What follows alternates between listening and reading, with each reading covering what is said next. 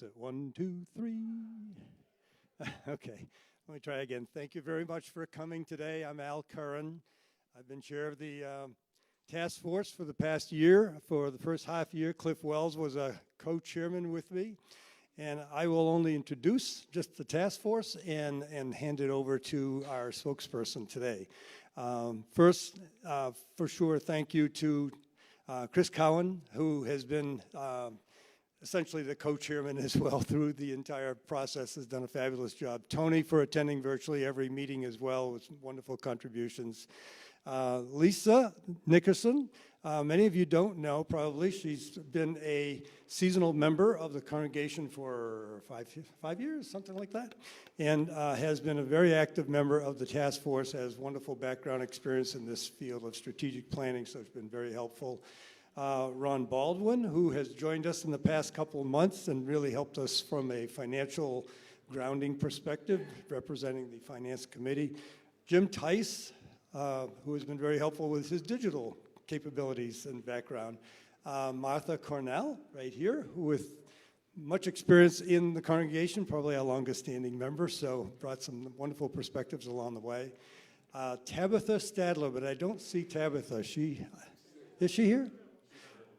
Yeah, she caught, I think, that cold that's going around, unfortunately. Tabitha's been very helpful. And John Newton, right here, has been a member as well.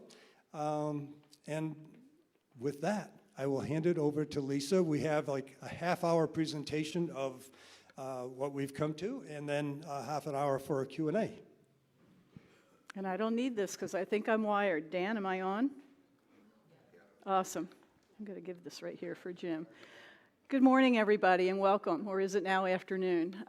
Just as a bit of introduction, I've been a Unitarian for 30 years. I started out in Lancaster, Pennsylvania. I'm originally from southern New Jersey. I always ask people to pick out my accent because they say it's an amalgamation of all the East Coast states where I've lived. So I started out in South Jersey, became a UU in Pennsylvania right after college, and then I've been involved in a Maryland Unitarian Universalist Church in Harford County, Maryland, which is on the Chesapeake. For really the last 20-some years. I was on the board, I was the vice president of the board, I was one of the volunteers for running our youth group for many years while my son was going through all of that. I've been a Sunday school teacher, as they call it, religious ed, and it keeps changing names. So I've really immersed myself in our congregation there, and then I was thrilled when I started coming down here several years ago with my partner Jim in Naples, and we met Nancy and Al. So I want to say thank you to Al for inviting me to be part of the Strat Planning Committee. Professionally, and task force, not committee. Professionally, I've been involved in advertising, marketing, and communications my entire life. So first on the printing and design side, and then with corporate, with Armstrong World Industries in Lancaster, Pennsylvania. Then I moved to the ad agency world for a dozen years, and I ran account management. If you're familiar with Mad Men, the TV show, well, it wasn't quite like that when I started, but it's come a long way since then. And then I moved to the nonprofit world. So I just retired this past year from Kennedy Krieger Institute, which is a Johns Hopkins affiliate in Baltimore that specializes in children's neurological diseases. So I'm not a doctor, but I can play one on TV. But what I've been involved with a lot is messaging. And someone taught me early in my career that you need to be insistent, consistent, and persistent. And that's true for any organization as well. We have to decide what we want to do, and then we need to organize around how we want to do it. So that's what our strategic plan task force has really been all about. And I have a clicker here to make sure that we can bring some things up on screen. So a little late on that, but we're glad you're here. Show of hands, how many folks have participated in one of the focus groups that happened over the last year? That's awesome. This is for the Strat Plan. This is providing all your input as to, what do we have as a vision for this organization going forward, right? How many of you have participated in either of the workshops, either in December or January? Show of hands. Great. And how many of you, this might be your first discussion about the Strat Plan or your first opportunity to hear about it? Great, great, thank you. Actually, you're probably the most important people in the room because I want to make sure that our task force communicates to all of you exactly why we're doing this and what it's all about. So we're going to start with this congregational update. So I was also taught that we tell you what we're going to tell you, we tell you, and then we tell you what we told you. So that's the best way all of us human beings work, is when we hear things at least 3 times, okay? So our objectives for today: we want to inform and educate about the strategic plan status. So this strategic plan status, or this strategic plan effort, has really been in place for well over a year. And we'll give you a timeline of how that's come about and where we are today. We want to identify and document your questions, because this is not the task force strategic plan. This is the congregation's strategic plan. So what matters is that you see your ideas and your thoughts coming to fruition through the information we're sharing today. And importantly, and number 2 here, is the last thing is priorities. So you'll see that we've identified through all of your input 3 goals and 9 priorities, or 9 objectives. 9's an awful lot.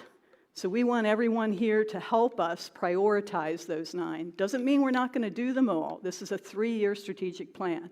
But what it does mean is there are certain ones that are the squeaky wheels for all of you, and those are the ones we maybe want to focus on first. Or perhaps we think that some are more easy to achieve, short-term goals, versus those that are going to take longer term to accomplish. Make sense? Okay. And then inform about the next steps. So after today, what do? We are kind of at the 10-yard line, if you're going to use a sports analogy for football. So we've made it way down the field with the strategic plan, thanks to all of your good input. Today is to make sure we're all in sync with where we're going, and also to prepare ourselves for April, which is when we'll really vote on this and adopt this strategic plan as kind of our roadmap for where we're going as a congregation. So let's make sure I'm clicking great. So what is the strategic plan? I'm sorry to be rudimentary for those of you who have heard this 5 times, but we do have some new folks in the room. And there's also, having worked in business and agencies and corporate and nonprofits, you'll be surprised how many people are really confused about what a strat plan is. They think it's some nebulous cloud-like thing that really doesn't have anything to do with what you do on a daily basis, and that really isn't true. So it's a roadmap that outlines the organization's long-term goals, objectives, and the specific actions needed to achieve them.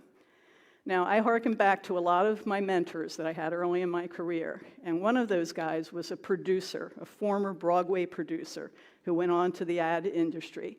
And he said, if it ain't on the page, it ain't on the stage. So if you're going to run your show on time, if you're going to accomplish a great show, if you're going to hit the beats on those things that you're supposed to hit the beats on, everybody needs to know their part in the play.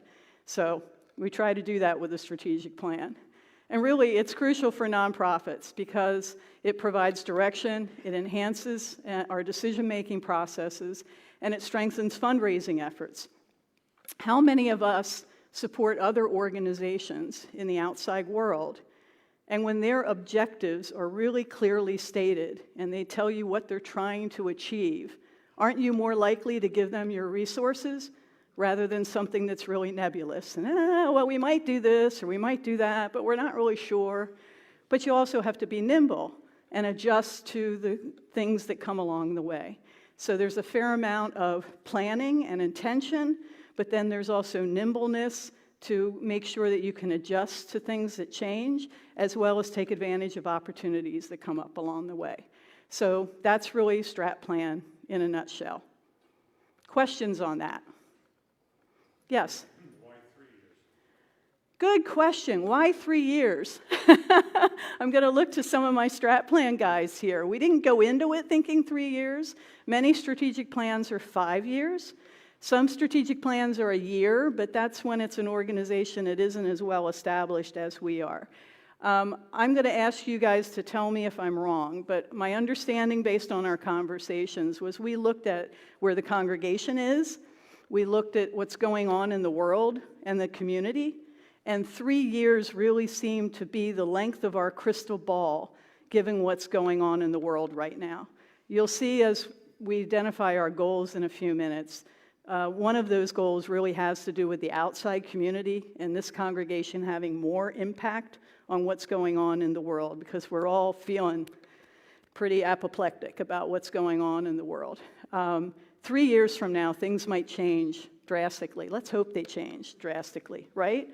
So for the time being, we felt we could be most effective in identifying a 3-year plan. Now, the other thing I will tell you, having worked on strategic plans and been not only a planner of them in my last job especially, but also an implementer of them, is that you have to do a check-in every year. You have to stop and say, are we still on track? And what has changed that might change our direction? I live up on the Chesapeake Bay. One of the sayings that we have is, a sailor does not pray for wind. They learn to sail. Any sailors in the room? So you have to adjust your sails. You have to figure out how you're going to take the best advantage of the weather conditions you're working in. And we're going to be in exactly that same situation. So we will check in every year, and we'll talk about that in next steps. So somehow I pushed that button while I was talking. Strategic plan background and timeline. I didn't miss one, did I? I hope not. Okay. Let's make sure I get back to where we're going. This is hard to read, so let me read it for you. In late 2024 is when the task force was commissioned, and by the Board of Trustees. So there's been an acknowledgement in the organization that we could probably have clearer direction for our initiatives.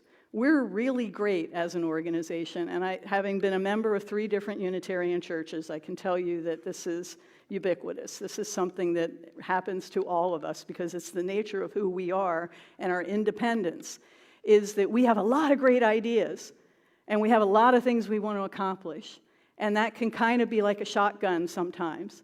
Everyone runs off chasing these different things when there's probably an opportunity for synergy. There's an opportunity to come together with our energies to really make big impact. Doesn't mean all those initiatives aren't important. It just means that we need to organize differently around them. And we also have to get the input that says what are really our priorities, because we can't do everything all at once. So the board recognized that, and they commissioned this task force. Through May through December of 2025, we held 11 focus groups. So most all of you were probably had an opportunity to attend a focus group, but if you didn't miss out, because you're going to hear all of that today, and you're going to have an opportunity to vote on the priorities that have been established, and you're going to be able to provide input as to how we're articulating them. We want to make sure that the verbiage we put together and distilled down from all the input is accurate. You know, did we hear you right? And are we explaining it in a way that when we come to the April meeting, if there are people there who have never heard any of this before, will it be clear and will it make sense?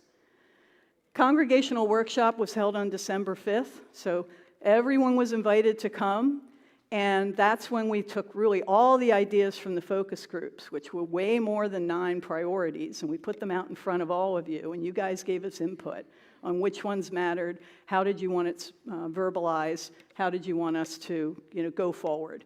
And then in January, we had a leaders workshop. So these are the people that are leading the different committees across the church, board of directors, finance committee, social justice, all of those folks came for a full morning to work through all of the good information that the congregation had given us.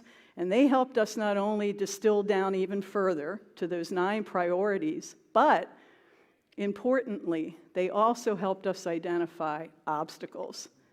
So if we're not aware of obstacles, we're going to get hit in the face with them when we try to accomplish something, right? So they identified obstacles, and we want your help to help identify some of the ways we'll avoid those obstacles. And then here we are at March 22nd, and that's today, and a draft of strategic plan has been put together and is being shared with the congregations. Now we're up to real time.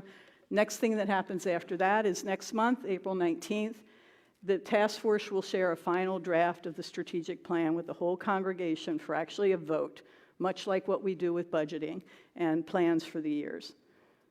I covered a lot. What questions do we have? Okay.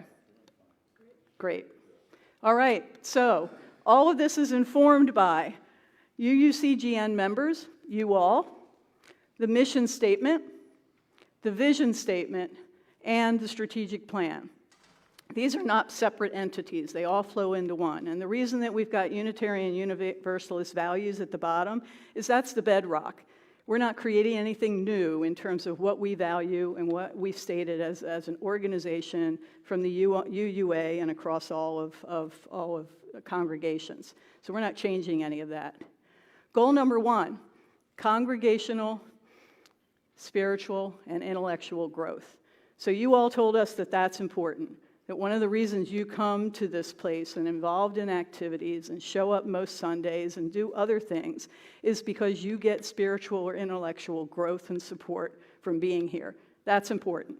So we're not going to lose that. That's goal number 1. Goal number 2 is strengthen our mission, outreach, social justice, and visibility. We heard strongly that we're hiding our light under a bushel basket, to use a metaphor. We need to be out more in the community. We want to be more visible in the community. And then goal number 3, build the infrastructure and the systems that support a sustainable congregation. Doesn't matter if we do number 1 and number 2 if we're not structured in a way that support those 2 things.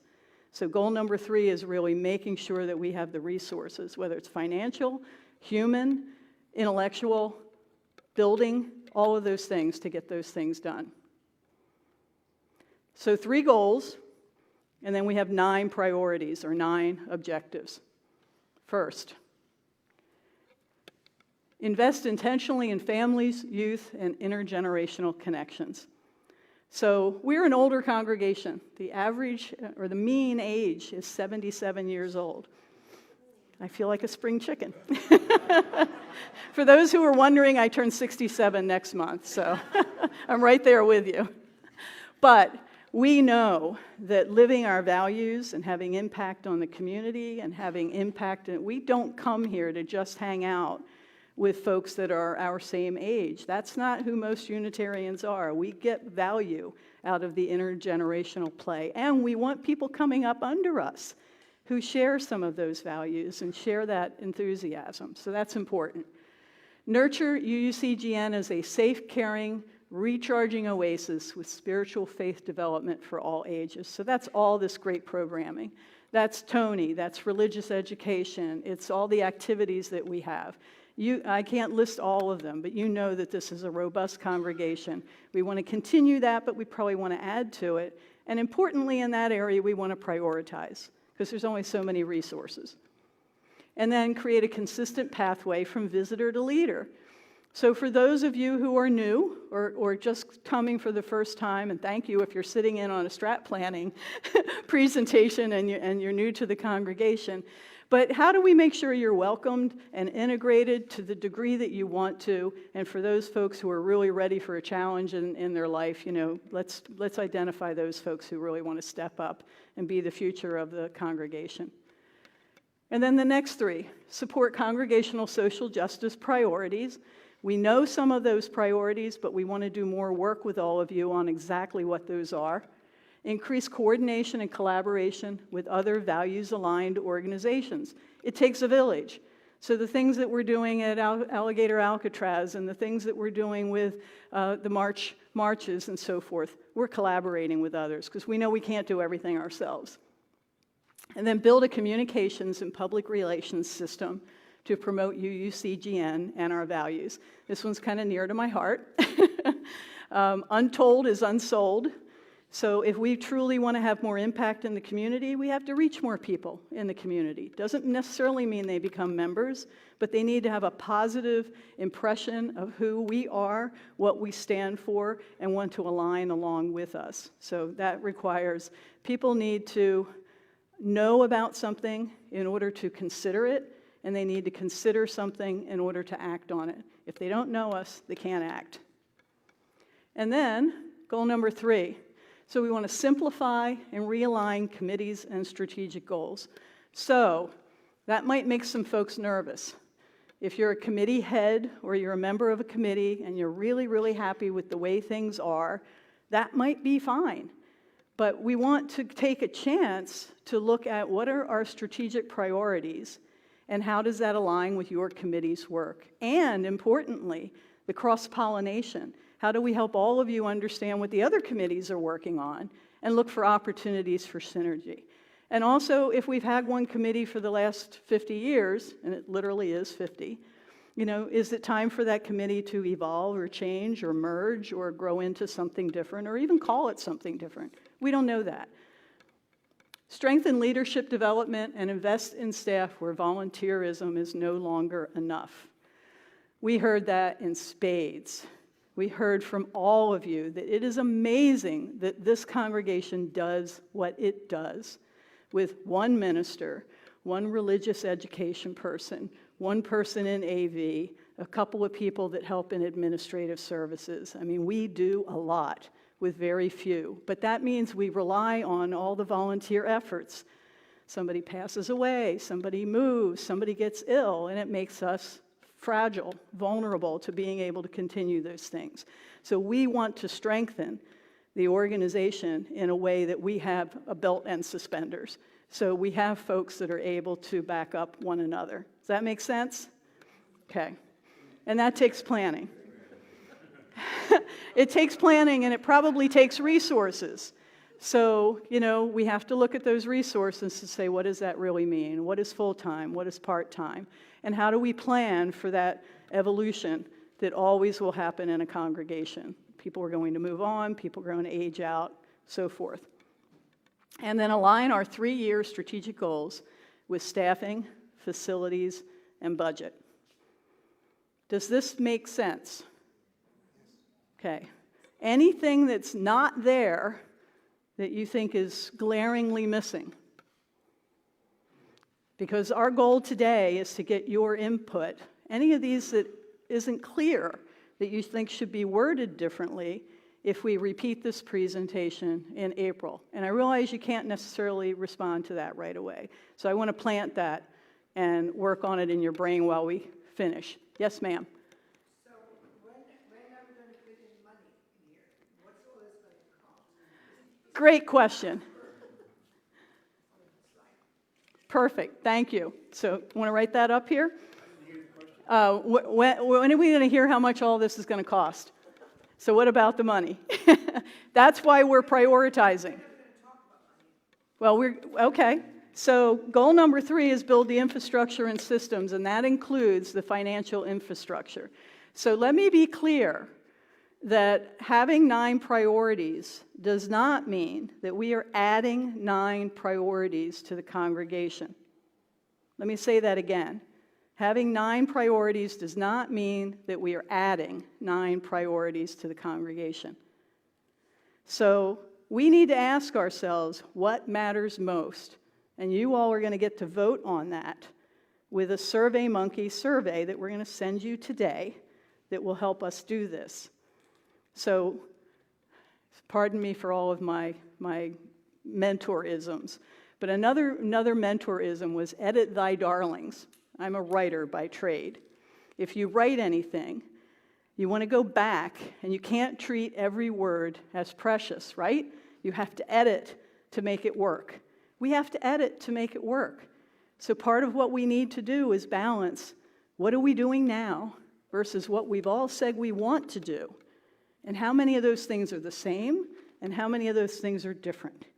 Just like we do with our family budgets, just like we do with any of our activities, we wake up on a beautiful day like today and we decide, what are we going to do with this 24 hours that we have, right? So we are not adding. There may be some new things, but we may be subtracting as well, or we may be merging. It's a matter of being more efficient and more effective. Does that answer your question? Yep.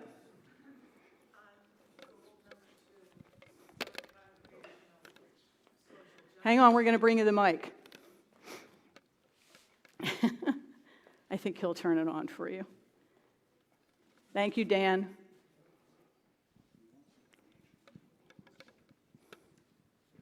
Yeah, that would be good. Let me bring you the mic afterward. On goal number 2, the top support congregational social justice priorities, does that include environmental, ecosystem justice? If it does, it doesn't say that. Good point. So these are objectives. You have goals, objectives, and then you have tactics or actual actions. So under those priorities is where we will suss out all the different avenues of those priorities. So the bucket is social justice priorities, the objective, and then under that will be the points of the wheel, so to speak. And social justice was clearly identified as one of the key things that this congregation cares about. From a environmental standpoint, environment was absolutely identified as a social justice priority. So that's where the next steps come in, if you wait till we get to the end, because what we'll be doing is we've built a roof and we've built the pillars. And now the next thing we're going to do is build all the rooms in that house. And the rooms in those houses will be those priorities that you just mentioned. I think Ron was going to answer a bit more on the financial question, too. I want to make sure we answer that, but go ahead. I don't have a microphone. Can you hear me all right? Yes. Yeah. We start with a strong balance sheet here at UUCGN. I'm on the finance committee, so we have capabilities today. Our liquidity is good, and because of the people who have come before us, we have an ample balance sheet.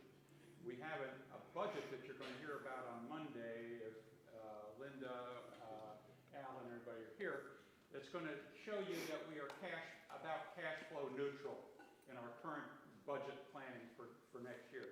So we are no longer building surpluses as we have in the past, because we have been investing in new programs over the years that now get us into kind of a cash flow neutral position. So if we want to do new initiatives that are going to cost us money, we're going to need new financial resources to develop those.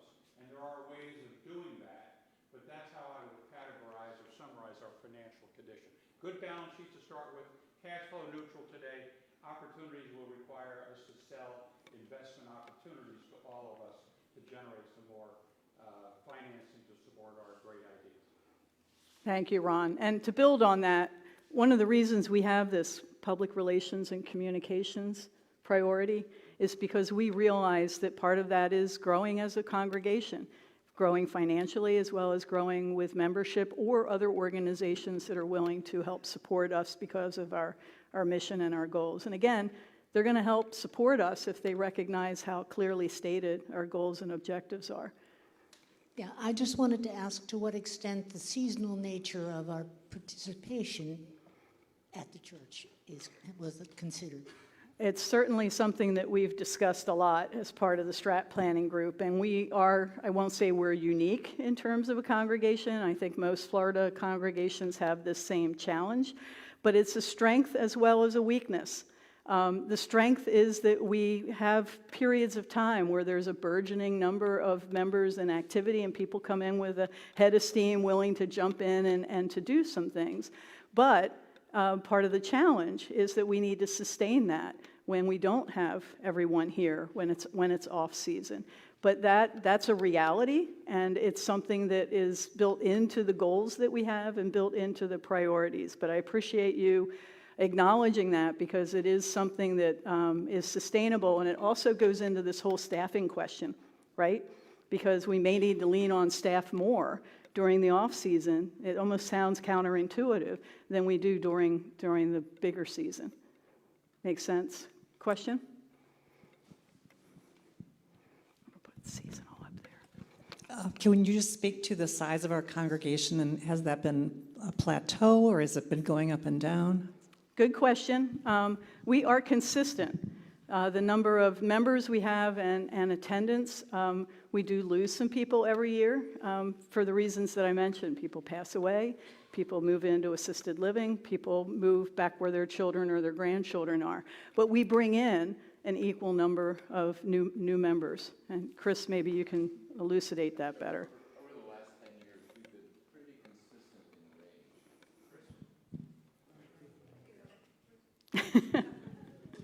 Over the last 10 years, we've been pretty consistent in a range, and it's been anywhere from 280 to 340. 340 was Trump bump one. And then COVID came, and we did drop. And a lot of people have moved away and so forth. But typically, we gain about 20 to 30 new members every year, and we lose 20 to 30 members. So we're right now at 300, and we've been on the upswing over the last year or so. So, Hang on, we'll get you the mic. One of the things that you talk about is intergenerational connections, but specifically to the issue that's just been raised, it strikes me there must be some way to engage younger people, and whether it's free attendance or whatever, to even get into the high schools here or the private schools or whatever, because the message of social justice is very much a positive connection. But I really don't see, from my vantage point anyway, how we're really working at that, because there's a reservoir out there and it needs to be tapped, and it hasn't run out of source. We could not agree with you more. In fact, I'll go back to that communications section. It's a primary issue, I think. Yep. So that goal number 2 was community outreach and awareness, and then a priority under goal number 2, and we're just handing out sheets, is that communications plan. There's been a newly created communications committee that is going to be working on how do we reach the various demographics, including young people, and where do we meet them where they are. So whether that's with social media, whether that's with festivals, whether that's sponsoring young people's music here and drawing them in for free. There's a lot of really good ideas around that, but first and foremost, we need to agree that yes, that is a priority, and what I'm hearing is it is. Yeah, music as a medium would be a wonderful way to draw them in. If you could get some people that are tied in with the younger generation and would come in and then could hear the message, because people have a gut response generally to congregations. Yep. No, great idea. And we got that one down here. Good. Yes, sir. Did you consider a specific goal under intellectual growth? So the question is, did we consider a specific goal under the intellectual growth, the first one? So that is a combined goal of spiritual and intellectual growth. I would say that the next thing under that are the priorities of what spiritual elements we want as a congregation. Again, where we're deciding among all these good ideas which ones are going to be of most interest to everyone versus what might be something that we do as a independent study, so to speak.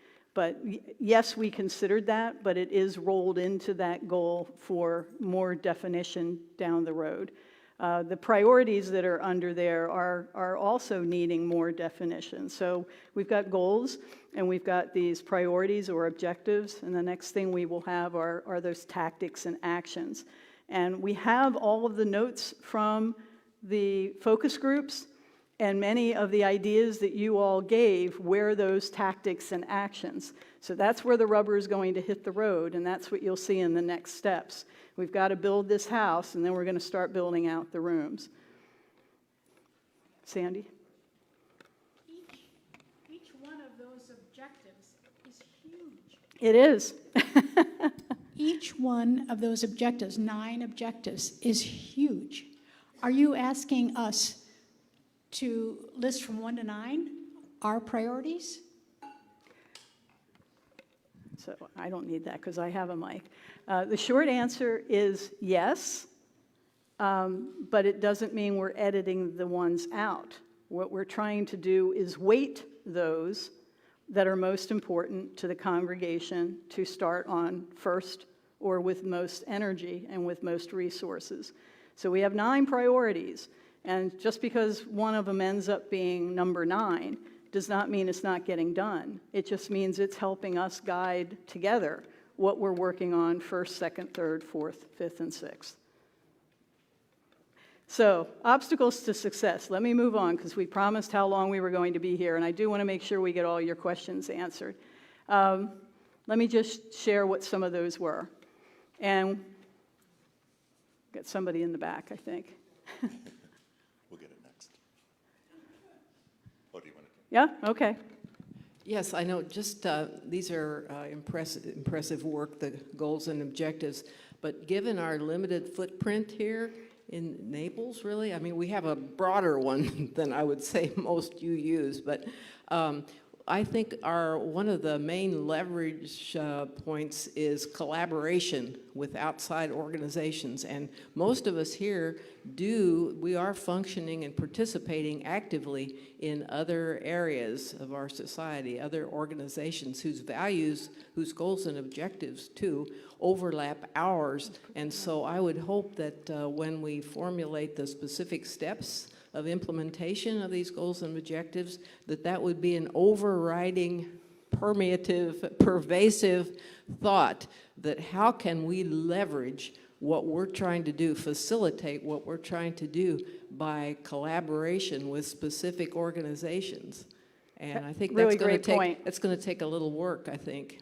Really great point. In fact, one of the focus groups that was done last year was specifically around folks who we knew, and we don't always know, that we knew were involved in many other organizations to get their input on that. There's going to be more done on that. In fact, I wouldn't be surprised if there's a survey, we're great on surveys, but if there's a survey asking folks, what other organizations are you involved in?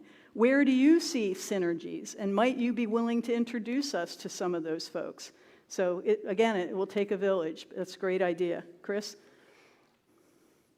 Gene, I might speak to the point you just made, is we do have a lot of members that are involved in many organizations. And sometimes we align with them and participate with them. The intent would be, let's do this intentionally.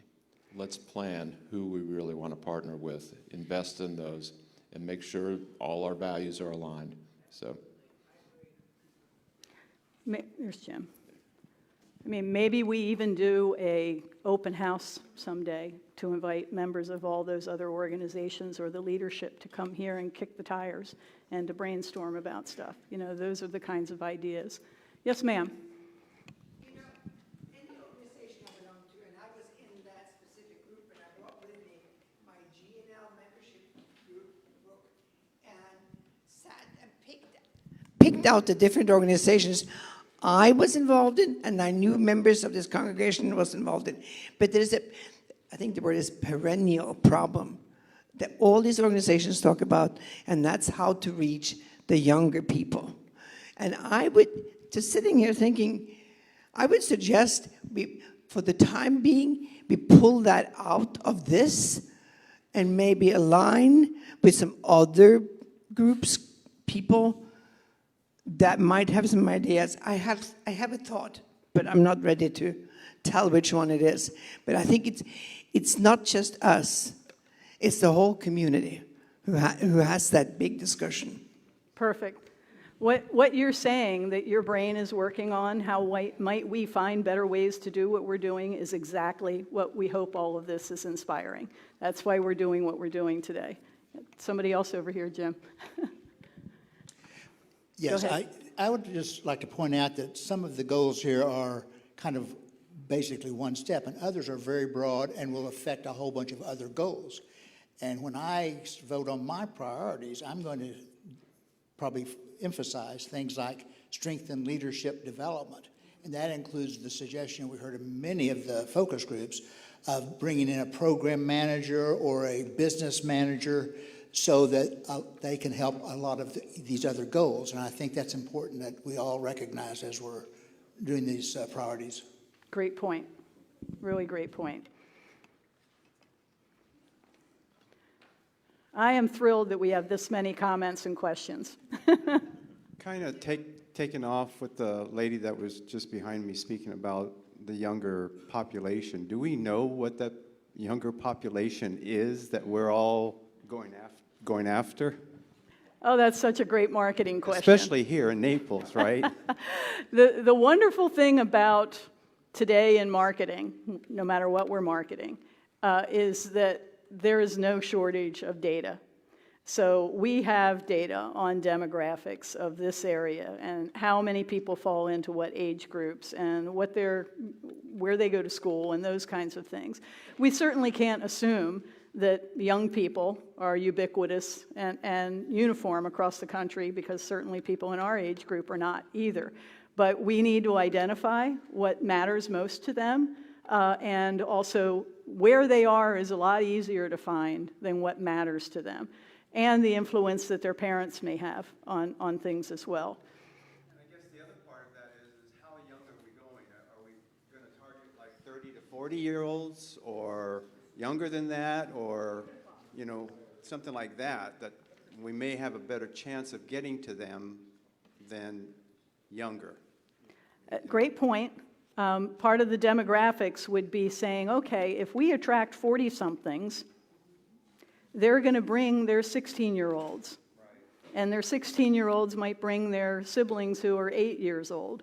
So you draw a circle around them and you see what the tentacles are that person can bring. And then also from a resource standpoint, somebody who's in their 40s has resources and is working, we hope, and will be able to contribute with an energy that perhaps others aren't able to. But you're thinking the right way, absolutely.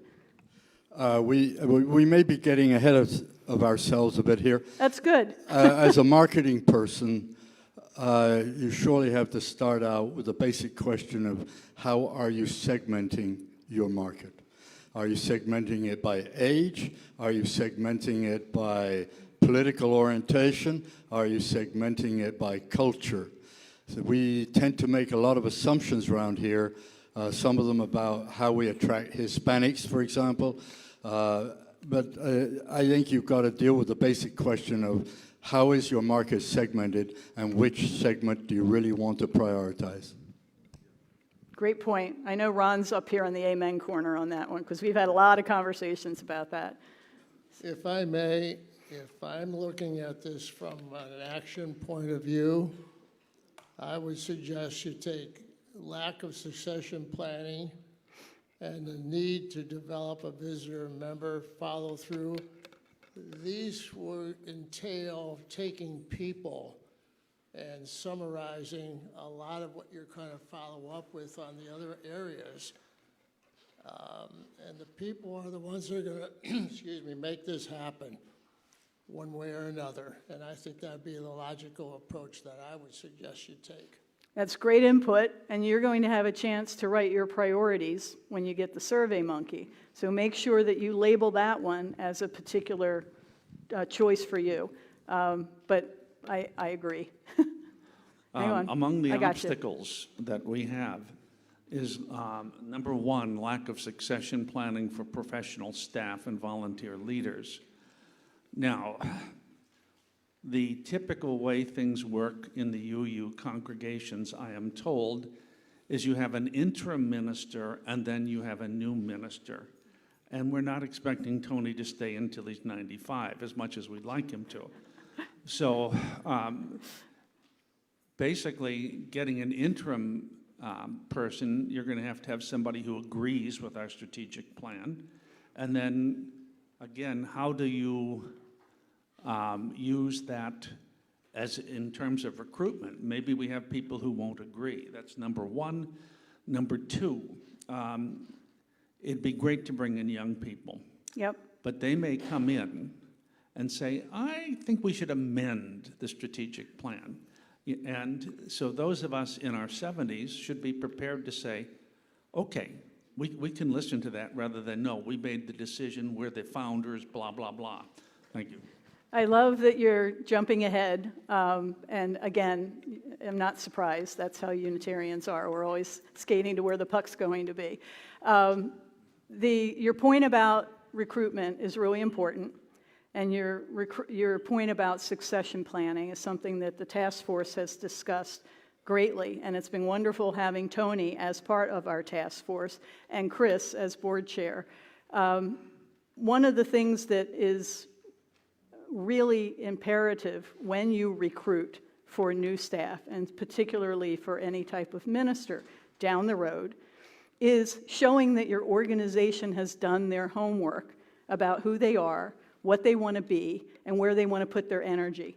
That is actually one of the things, having worked on this with 2 other congregations, that is one of the things that makes you look as attractive as possible, as opposed to, everything's chaos here, we have no idea that we know what we're doing, and we want you to be the savior on the white horse and ride in here and save us from all of this. Well, that's not where we are. It's not where we are as a congregation. We're much more organized than that.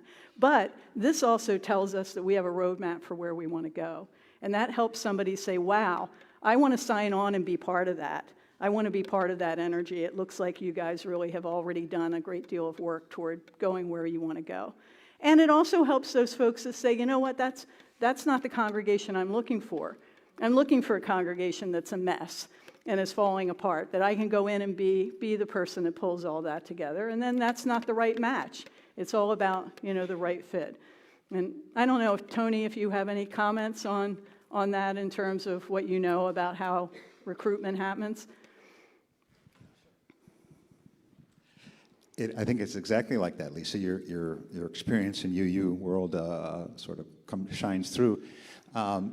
Succession planning in congregations is not something you can really do that well. It is all part of a transition that takes place when a minister decides to leave. And at this point, for me, that's not until 2028 at the earliest. So I think we need to think about this plan as being critical to, as Lisa said, attracting the next minister. I know when I looked at congregations, I wanted a congregation that had done, and this congregation had done work. They had created a new mission statement. They had created a new plan for their pledge drive and had a successful pledge drive so that they could compensate a new minister well enough to be on the scale, at least, of UU ministry. They were working on building their education program. They had just started a social justice committee. Those are the things that they were on my pro list of when I was looking at this congregation. So when you're as specific as you can possibly be about where you want to go, then you will be attracting the level of minister that you want here. So I think that's really important. And just as an aside, just listening to this incredible crew of people who've been working with us and talking through things so deeply, they've done exceptional work, and I'm very happy and excited to be part of making your vision and your strategies real over the next few years, however that may be. But it's really important to know that however long I'm here, it's really important to get this in place and people working on it so that this congregation will go and move forward. And so one of the things I also I wanted to add was that you never know how that transition's going to go. You never know in this day and age who's going to be out there at the same time you're going to be looking. So the more you're clear, the better you are, the higher the level of candidate you're going to see.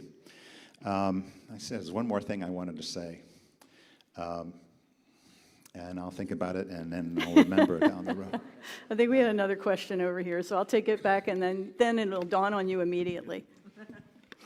You use the term influence, Mm-hmm. and I think you don't have to build a whole strategy, but if you can find a way to influence the influencers and draw them in to a forum, not directly, but for them to discuss something that may be universally or more interesting to the younger population, and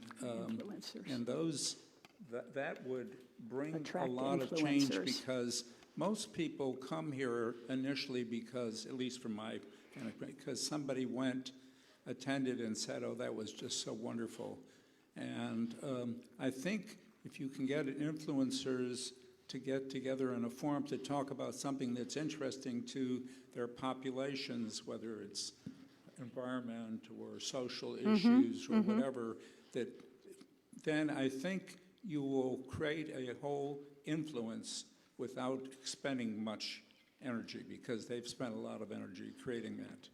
Great idea. I've got one more person in the back, and then I want to focus on obstacles. Everybody's going to get their question in, don't worry. As a fairly new Unitarian, coming out of a Lutheran tradition where we know what we have but not what we're going to get. So the question I have to you Unitarians is, how easy is it to break Unitarian tradition? And I'm talking in terms of succession planning. Is it possible for us as a congregation to say, we don't agree, we want somebody to come in now to work with Tony and learn what works for us, and not, you know what I'm saying. Well, it's a good question. There's a variety of ways that ministers can serve. And one of the things that we are looking at in this staffing bullet here is, what staff do we need to execute what we want to do? Is it a program manager like Cliff talks about? Is it an associate minister? Is it an intern minister? There are a variety of different ways that we can bolster our support, either before, during, or after Tony leaves. So that's all part of what can be worked on. But my short answer to you is we are nimble as an organization, both as the UUCGN and also as the UUA. And while there are guidelines and processes to follow, they are not so rigid that we don't have opportunities to create what is best for our congregation. I feel confident with that, but it's a really good question. There was one more over here. Yeah.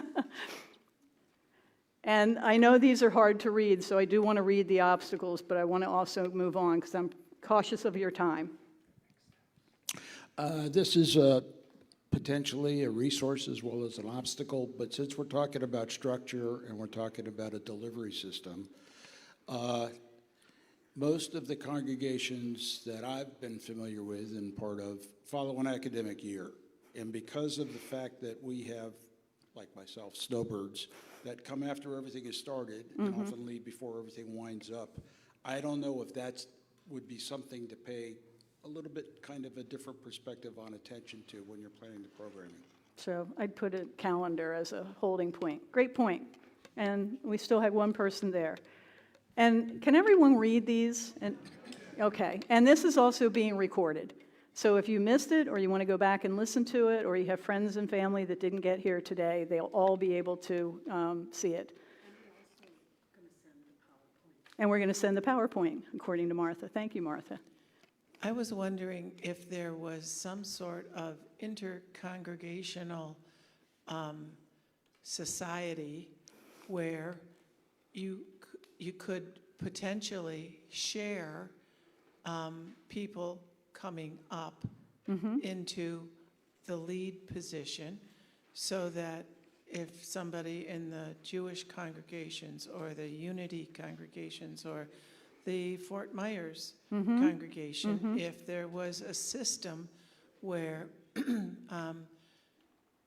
upcoming leaders, candidates, can be shared amongst them, so that the price of their salary is distributed or their knowledge is distributed.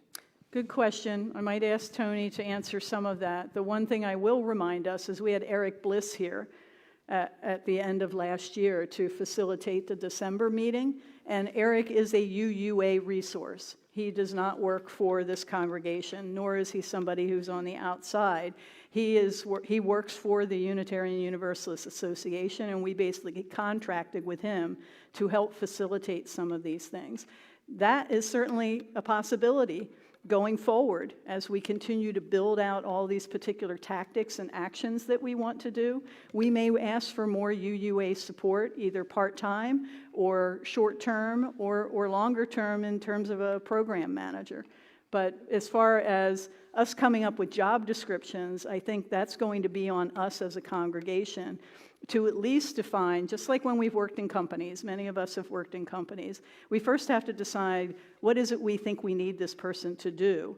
And then we can decide how we can put that out there to the UUA, to the intergroup that is the southwest, region of the southeast region of the country, and then also maybe even to the outside world, as you're suggesting that someone from another congregation might be able to come over and say, well, I have this set of experience, and I'm not necessarily a Unitarian, but I think my experience is relevant to what you do, so maybe I'm what you're looking for. That's a great point. And we're at 12:30, so I'm going to get past these obstacles because we're going to get past our obstacles. Part of it is awareness, right? We got to know that they exist. And if you think of other ones, absolutely let us know. So you've been great about what you saved me this slide. What is unclear and what are your questions? So we want you to pontificate between now and Wednesday the priorities that we've shared and also the way that the statements are made and any other questions that you have, because when we get to April, the task force wants to fine-tune all of this based on your good input and your voting on the Survey Monkey that we send you today. Get it into us by Wednesday, please. If you need more time, let somebody know on the task force, and we'll be gracious, I promise. But we want your input on the priorities. We want you to feel, when we get to April, that you already know what the presentation looks like, that you've already said, yes, this is clear, and it's going to be clear to other people who haven't seen it before. Tony. I remembered what I was going to say. Yay! But can you tell me where my keys are? Oh, yeah, that's a whole other thing. What I wanted to say is, Jeannie talked about people working in other areas and with other groups. And what I really want to say is, for those of you who are, involved, I think it's absolutely wonderful. But this might be a time when you change a little bit and focus on this congregation, because I think this plan is really, really critical. And this organization can be one of those strong organizations in the area that could use your strengths and your smarts and your passion. So while you may have thought about this as your congregation, and that's where I go on Sundays, and I do all my other stuff out here, this might be the time to think about this as the organization that you put your time and effort into. That's number one. Number two, if you haven't been participating in leadership, then obviously we're looking to figure out how to get you there. So think about that, because this is the time, this is the plan that we need to put our strength behind and make happen. This is something I've been waiting for 12 years. And so that's what I remembered. Thank you. The time really is now, guys. We have so much going on in the world, and there's so much good energy and good smarts in this room, and we will be so much more effective if we put our energies together. So I want to thank you for your attention. I want to thank you. Chris has one more point. Come on up. Just to make clear in terms of what the survey's intent is, it's for you to rank your 3 top priorities and rank them in order. That weights the value of that vote for your first priority, for your second priority, your third priority. Get 3 votes. You're going to get 3 votes out of among the 9. So just so we're clear, as Lisa said very well, the other 9 don't go away. It's just, where do we put our resources? There's one other step that I think would help to answer some of the questions that have come up in terms of the next step.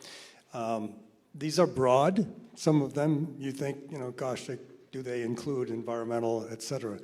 To be clear, what we are providing are the reflection of what we have heard as goals and objectives from the congregation.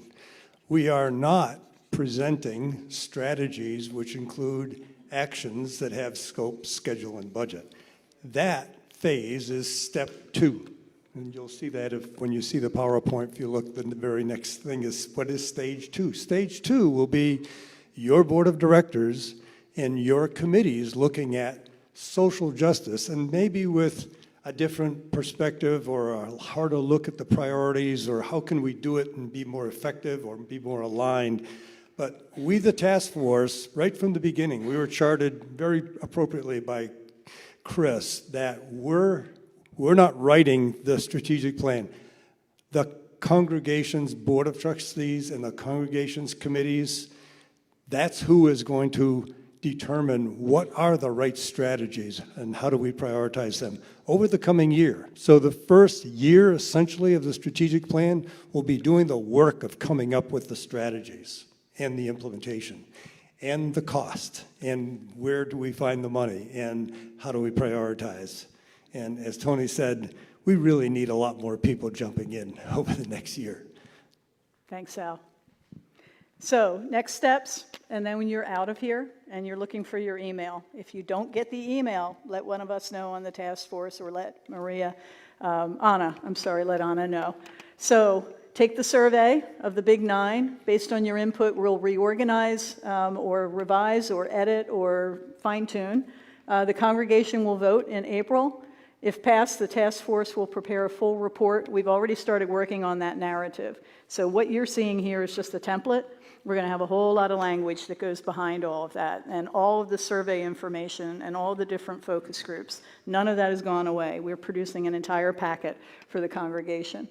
And then stage 2, what Al just said, is we will be working on all of the action plans that go under all of this. So thank you so much for being a really engaged audience. Thank you all for being here. Have a great Sunday.